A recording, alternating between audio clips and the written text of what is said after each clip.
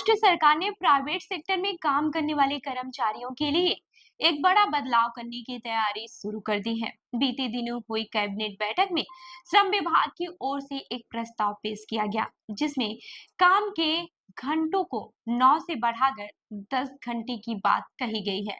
इसके साथ ही महिलाओं को नाइट शिफ्ट में काम करने की अनुमति देने का भी उल्लेख किया गया है। हालांकि अभी इस पर अंतिम फैसला नहीं हुआ है, लेकिन जैसे ही यह प्रस्ताव सामने आया, राज्य भर में एक नई बहस छिड़ गई है।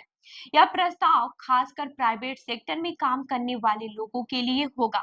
वर्तमान में महाराष्ट्र में 9 घंटे का काम नियम लागू है। यदि यह बदलाव लागू होता है तो Maharashtra software and establishment act 2017 में संशोधन करना होगा। यह कानून दुकानों, होटलों, मनोरंजन केंद्रों और प्राइवेट बिजनेस में कामकाज के घंटे और शर्तें तय करता है।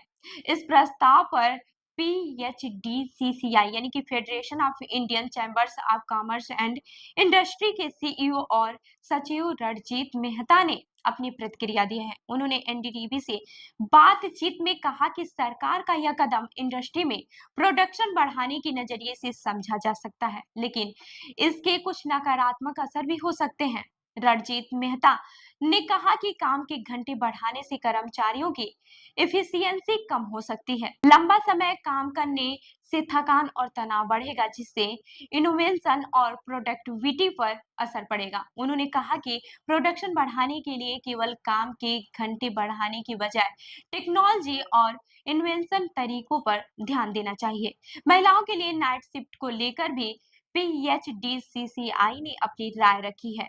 रणजीत मेहता ने कहा कि महिलाओं को नाइट शिफ्ट में काम करने की अनुमति दी जानी चाहिए, लेकिन इसके लिए सुरक्षा इंतजाम पुख्ता होना चाहिए। नाइट शिफ्ट करने वाली महिलाओं को सेफ वर्क प्लेस एनवायरनमेंट और अनिवार्य रूप से पिकअप ड्रॉप की सुविधा मिलनी चाहिए। महाराष्ट्र सरकार का यह प्रस्ताव अभी प्रारंभिक स्तर पर है, लेकिन इसने कामकाजी वर्ग और इंडस्ट्री दोनों के बीच बहस छेड़ दी है।